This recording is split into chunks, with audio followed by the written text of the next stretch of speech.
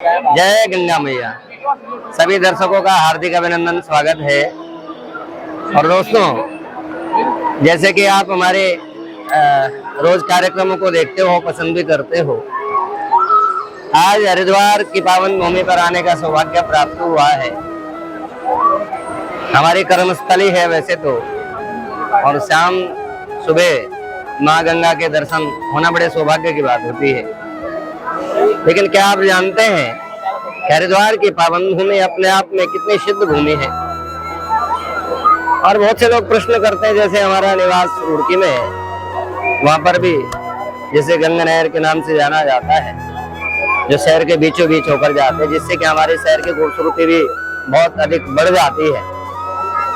वैसे तो ये सारा हरिद्वार अर्थात हरि का द्वार यहाँ से प्रारंभ हो जाता है, जहाँ 4 धाम से लेकर के अनेकों तीर्थस्थली देवभूमि का प्रारंभ है। और हरिद्वार की महिमा शास्त्रों में अनेक प्रकार से कही गई है। अयोध्या, मथुरा, माया, काशी, कांची, यवंतिका, पुरी, द्वारवती, सप्तेत मोक्षदायका।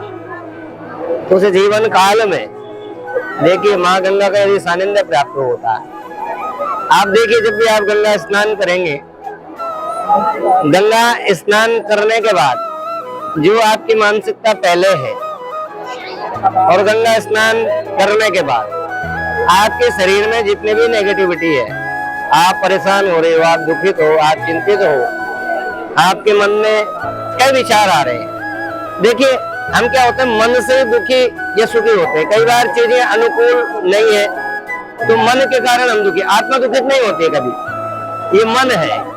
मन कई बार हमें ये लगता है, एक उदाहरण के माध्यम से मैं बताऊं आपको, कई बार हम कोई कथा के पंडाल में बैठे हुए, कथा सुन रहे हैं, बड़े आनंद आ रहा है, उसी समय कोई व्यक्ति देर से आया और इधर उधर झांका।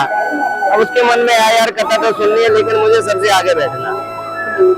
अब आगे इधर उधर झांके, अब आपके मन में विचार आया, आपने उसे देख लिया कि भाई ये जरूर कहीं ना कहीं हमारे आसपास ही बैठेगा, तो आपने भी थोड़ा हाथ में चौड़े कर दिए, थोड़ी यहाँ पर जगह खाली है उसको भी भर लिया, लेकिन फिर भी वह व्यक्ति जबरदस्ती आकर के वहीं पर बैठ गया, तो मन बड़ा दुखित हो गया। हालांकि उसने हमें कोई शारीरिक कष्ट नहीं दिया, लेकिन मानसिक कष्ट हो गया। अब क्या है, मन बड़ा दुखित हो गया, वो हमारा कर कुछ नहीं रहा। और कुछ देर में हम देखे हमारा कोई परिचित आ गया, उसने देखा, हमने देखा, बड़े हर्षित हुए, पुलकित हुए, हमने कहा आ जाओ भैया, आ जाओ भैया, थोड़े बराबर वालों को, भैया साइड हो जाओ, साइड हो जाओ। अब वहाँ जगह थी नहीं, लेकिन वो व्यक्ति को हमने बिठा दिया। अब उस व्यक्ति ने कुछ बोझ हमारे घुटने पे फिर डाल दिया। अब क्या हुआ, शरीर में दुख हो रहा है लेकिन मन प्रसन्न है। और जो व्यक्ति पहले बैठा हुआ था उससे हमारा कोई लेना देना नहीं है, हमें कोई परेशान भी नहीं कर रहा, हमें कोई शारीरिक कष्ट भी नहीं है, लेकिन मन से उसे देख करके दुखी हो रहे हैं। लेकिन जो व्यक्ति बाद में आया और वो परिचित है, अपना है, उसे देख करके मन का सुकून मिल रहा है, मन में शांति मिल रही है। तो ये मन की और प्रतिकूलता पे हमें दुख प्राप्त होता है। यदि मानसिक शांति चाहते हो, जीवन में उन्नति चाहते हो, जीवन में सकारात्मक ऊर्जा का संचार चाहते हो, तो गंगा स्नान जरूर हमें करना चाहिए, प्रयास करना चाहिए। हमारे इतने हिंदू त्योहार आते हैं जिसमें अमावस्या तिथियों के लिए मुख्यतः है, और यहाँ पर दूर दूर से यात्रियों का आवागमन होता है, और यहाँ की चरण रज को पा करके तीर्थ यात्री बड़े प्रसन्न चित्त होते हैं, क्योंकि स्थान का बड़ा महत्व होता है। कई बार हम एक साधारण मंदिर, तो कोई साधारण नहीं होता, लेकिन फिर भी हम कि अपने गांव के, मोहल्ले के, शहर के मंदिर में जाते हैं तो नॉर्मल जाते हैं। लेकिन जब हम कहीं दूर जाएं, हम वैष्णो देवी जाएं, हम कहीं दूर जाएं, हम वृंदावन जाएं, तो मन उस भूमि के आसपास जाते इतना हर्षित और पुलकित हो जाता है कि हम जोर से कहने लगते हैं, जय माता दी, जय बंसी वाले बाबा की।